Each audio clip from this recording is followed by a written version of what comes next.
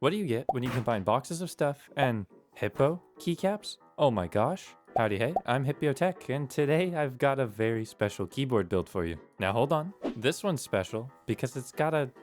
Wait, is this a blacksmith's anvil? Hold on, what's going on here?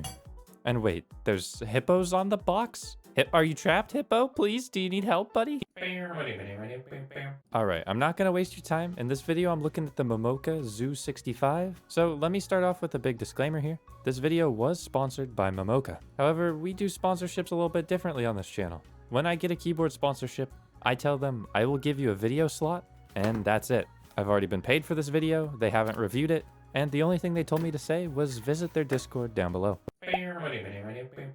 Okay, but I saw Hippo on the outside of the box. There's a Hippo somewhere in this box. Where is he? Is he in these plastic bags? He's not in this plastic bags. What's going on? These are plates for a keyboard. These are not Hippos. I'm a little bit disappointed here. How about this? This is also not a Hippo. It's a PCB, but it's hot swap, so that's pretty cool, I guess. Okay, but why would they put a Hippo on the box? It's a Zoo keyboard. That means there's got to be a Hippo somewhere in here. What is this? This is a keyboard. This isn't a Hippo. As Hipyo Tech, I'm a little bit disappointed here. Okay, I'll set this to the side, and maybe there's a Hippo on it later that we'll look at, I hope. But maybe there's a Hippo hiding in the... Nope, it's just a box. Okay, if you can't tell, I've drank a lot of tea today, so I have a little bit of energy, even though it's late at night when I'm recording this. Speaking of energy, use that energy to hit the subscribe button down below if you're enjoying this video. YouTube might have unsubscribed you, and it's free.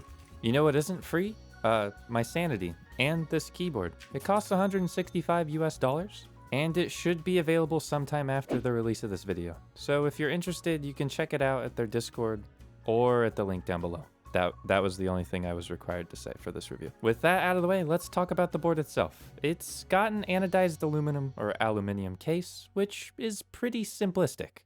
Except, wait, are those hippos on the back? No, hold on. Let's take a closer look. Okay, those are fish, which is interesting. It's an interesting fish engraved design. I'd say the overall craftsmanship here is pretty decent for being 165 bucks, but the design is questionable. There's also, what is this, a dodo bird on the back? Also not a hippo, but that's fine. I can put away my lawyers. Now, with aluminum cases like this, they tend to be pretty pingy. And, we're gonna investigate that more soon. Now, our first step to investigating this is just slapping on those rubber feet, which, nice, rubber feet, that's good. Although, you know, I would like to see adjustable angles on more keyboards, that would be cool. And then let me just use my wow stick, and disassemble the board. Now, I'm testing a new YouTube feature, which has products in the bottom left of this video. It's not in the description, like it's actually in the bottom left. If that works for you, let me know. Click on some of those things. Anyways, I was going to try and put a wow stick there. So this keyboard has two separate pieces. It's got a very thin aluminum top piece and then the bottom chunky bit. Now, kind of like billionaires and climate change, a lot of people say they care about stabilizers, but nobody actually cares, so I'm not going to spend a lot of time here. This board supports screw-in stabilizers, so that's what I used. I pre-lubed them with Krytox 205G0. You can get all these lubing supplies and stuff in the description. Save 5% with code Hipyo, blah, blah, blah, blah, blah. Okay, done with stabilizers, there you go. Now, have you guys heard about climate change? I heard that's pretty bad. Okay, but statistics about the keyboard. Let's go back to that, maybe. So this keyboard comes with quite a bit of foams, which should theoretically be good if you like muted sounds. If you don't use them. Personally, I really like the vibe of polycarbonate plates with foam supporting the plate rather than standoffs. I don't know, it just gives a better feel for me and sound for me, so I'm gonna do that. This board does also have an optional FR4 plate, but we won't use that here. Now, a lot of people ask me what my favorite switch is, and I'm not gonna tell you that here. I was just trying to get your attention. This is completely unrelated. We're taking a look at the Flamingo switches from Momoka's website. These are factory lube linears. They have a 68 gram spring, which is a little bit heavy for me, but we're gonna be trying them out. So here we go. The look of these is pretty good. And the feel of these factory lubed was also pretty good, but they have a tiny bit of spring ping, which might come out more in this case later. So, fun fact about this board, it has a hot swap PCB, meaning you won't need to solder switches, so I can just pop these in. It also does not have LEDs, so if you like LEDs, sorry. But it supports 5-pin switches. If you know what that means, then that's good. I always recommend supporting your switches from the back when you install them, or waterfalling them onto your keyboard with magic. If you want more magic, then just leave a like. No, seriously, I'm like a mage and every like restores my mana pool, so some videos I don't get to use magic and it's really time consuming and I would really appreciate your help. Speaking of appreciation, I do think these switches look really pretty, but we won't be able to see them in the final build, so we just get to know that they're there looking pretty. That's my problem with switches. Oh, the one thing I haven't mentioned about this board that is kind of nice is it is gasket mounted. Now, we'll test to see how much those actually do in a second, but I'm not quite sure why they did this, but they made the gaskets really small, so you have to put 3 in a row. They're pour-on foam gaskets, so they could have just cut them to whatever dimension they wanted. Not sure what's going on here, but it was just kind of annoying to install. Oh, and the gaskets for the bottom were thicker than the ones for the top, or maybe I got that wrong and it's flipped. But I'm just assuming the gaskets on the bottom were thicker. If that was wrong, then oops. However, are you actually Zeus? And do you zap lots of things via static electricity? Then you'll be happy to know this board has a daughter board. Also, it has that bottom plate foam, which looks really thin. I don't think this is going to be doing much. Okay, you know what? I'm going to give it a chance. I'm just going to plug the keyboard in and fiddle with it, put it in the case. There you go. Wow. Okay, that's actually a surprisingly nice flex. That's going to be a decent typing experience at the very least. Although it immediately becomes less of a flex the second you add this top piece, but it still holds a little bit of the flex. I just screwed mine in a little bit less tight. Now, because this is a 65%, it keeps the arrow keys, but we have no F-rail. And it also uses a very tasteful blocker that I like quite a bit. Aesthetics-wise, rectangle, not too bad. But we're not here just for aesthetics. I mean, we were originally here because there was a hippo on the box, and we thought that there was a hippo on this keyboard, and there wasn't. But, wait, we've got another box? Oh yeah, Momoka also sent me some keycaps that they'll be releasing soon. I didn't get really any details on these keycaps. Personally, I don't really like the look of these very much, but looks are subjective, so, you know, somebody out there might like them. They'll be released eventually, so there you go. These novelties are cute though, I'll give you that. I just don't like the colors. The colors are a bit weird. I don't know what's going on with those. I don't know. And completely unrelated, not biased at all whatsoever.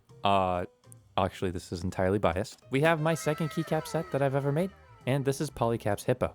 Now, a lot of you might have seen my video where I dissed group buys and GMK. I don't care about plastic. But yeah, check out the video in the top right if you're interested after this video. Thank you. But I'm a hippo of my word, and I made an in-stock PBT set through Kinetic Labs. It's affordable, and it's in stock right this second. Like, literally, it just went live as you're watching this video. You better go check it out. It's gonna sell out soon, and if you buy it, it supports me. I designed this set in partnership with Kinetic Labs and MKBHD, who did the novelties. It's just a very simply pleasing white, lavender, and kind of periwinkle, and I really like it. These are dye sub PBT. I helped pick the factory out. I'm incredibly proud of how they turned out.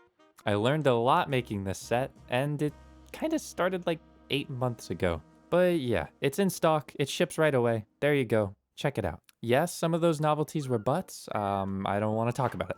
Anyways, with the keycaps on the board, now we're ready to investigate the sound, which, a little bit worried that it's going to be a bit pingy, but we'll figure that out soon. First, I have to temper my expectations. This keyboard is under $200, but there are a lot of keyboards under $200 that are very good right now. I mean, check out my review on the Keychron Q2.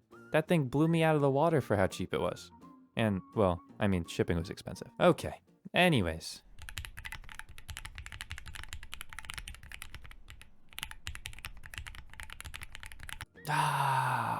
No. Momoka, no. So it's decently pingy. It sounds kind of like a blacksmith's anvil, especially the middle row and the top mods. Now, I have a line straight to Momoka because they were sponsoring this video, and I asked them, are you guys gonna do anything to fix this? Now, this is their words, but they said they'll be employing bigger and softer foams in the mass production versions, which will theoretically eliminate some of it. However, they acknowledged it as a hollowness issue rather than a ping issue, and I think those two things are a little bit separate. They're gonna make steps to fix it, but let me try and replicate those steps, kind of. So, in the past, I've done a whole video on this mat, and you can check that out as well. But basically, I'm adding some kill mat to this case to try and absorb some of that ping. Initially, I thought it was the top case that was going to be pingy, but it was actually the bottom case, which was very interesting to me. So I stacked the kill mat and the foams that came with it, and then resealed it back up. This is basically the keyboard building equivalent of sending your kid to kindergarten with a college degree, so I'm kind of giving them the best possible chance here. If they can fix the ping issue in production, then maybe this might be a bit of a contender for budget 65%, but as it stands, I was a little bit underwhelmed. As I mentioned before, with options like the Keychron and others floating around, it's a little bit hard to recommend this, especially when there's no Hippo on it. But as always, I'll let you guys decide for yourselves, and I'll be leaving you with the sound test of before the mods and after the mods. If you enjoyed this video, please consider hitting that join button down below, as well as subscribing and checking out these keycaps if they haven't already sold out. I'll try and keep them in stock. Watch the whole sound test to support my YouTube algorithm overlords, otherwise they won't let me eat. Bye!